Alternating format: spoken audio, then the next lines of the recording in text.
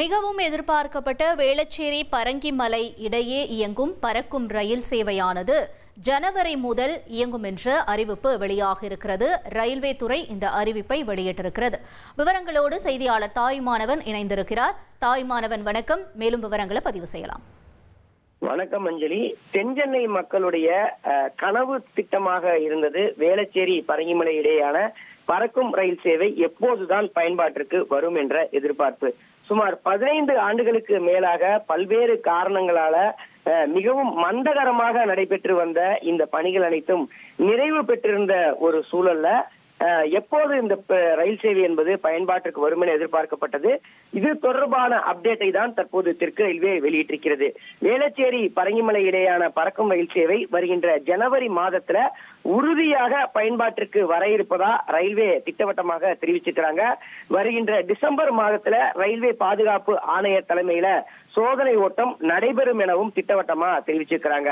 சென்னையுடைய போக்குவரத்து நெரிசலை குறைப்பதற்காக 1985ஆம் ஆண்டே சென்னை கடற்கரை முதல் பரங்கிமலை வரைக்கும் 3 கட்டங்களாக இந்த பறக்கும் ரயில் சேவை கொண்டு வர திட்டமிடப்பட்டிருந்தது. முதற்கட்டமா கடற்கரை மயிலாப்பூர் இடையே 9 கிலோமீட்டர் தூரத்திற்கும், இரண்டாவது கட்டமாக மயிலாப்பூர் வேளச்சேரி இடையே இந்த பணிகள் அனைத்துமே நிறைவு பெற்றிருந்த ஒரு சூழல மூன்றாவது கட்ட பணிகள் 2007ல தொடங்கி இருந்தது.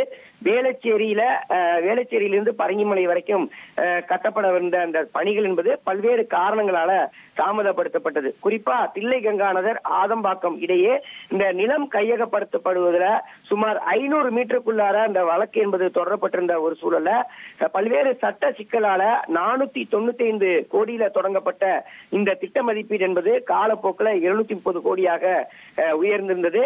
பல்வேறு காரணங்களால இந்த திட்டம் என்பது தாமதமான நிலையில் தற்போது பணிகள் அனைத்தும் நிறைவு பெற்று அனைத்துமே நிறைவு பெற்றிருந்த ஒரு சூழல்ல எப்போது இது பயன்பாட்டிற்கு வரும் என எதிர்பார்க்கப்பட்டிருந்தது.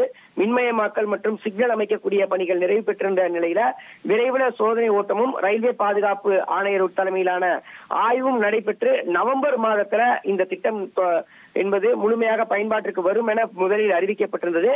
ஆனால் பல்வேறு காரணங்களால இது தாமதமாக நடந்து வந்தது. குறிப்பா சரக்கு ரயில் ஒன்றை இயக்கி சமீபத்தில் கூட சிக்னல் மற்றும் கட்டுமான பணிகள் நிறைவு செய்து தண்டவாளத்துடைய உறுதித்தன்மை என்பது ரயில்வே தரப்புல சோதனையிடப்பட்டிருந்தது. குறிப்பிட்ட இந்த வழித்தடத்துல சரக்கு ரயிலை கண்டு தென்சென்னை மக்கள் ஆச்சரியத்தை வெளிப்படுத்திய நிலையில ரயில்வே பாதுகாப்பு ஆணையருடைய ஆய்வும் சோதனையும் தொடர்ந்து காலதாமதமாகக்கூடிய ஒரு சூழல் இருப்பதாக ரயில்வே தரப்புல தகவல் என்பது முதல்ல வெளியிடப்பட்டிருந்தது.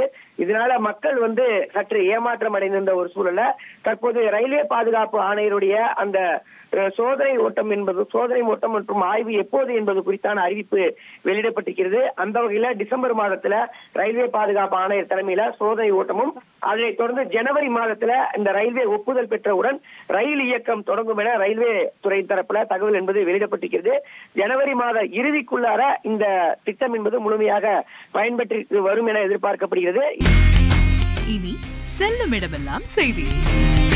தந்தை டிவியின் வாட்ஸ்அப் சேனலை ஃபாலோ பண்ணினா செல்லருக்கும் இடமெல்லாம் செய்தி. இதோ QR கோட் இப்பவே ஸ்கேன் பண்ணுங்க, ஃபாலோ பண்ணுங்க.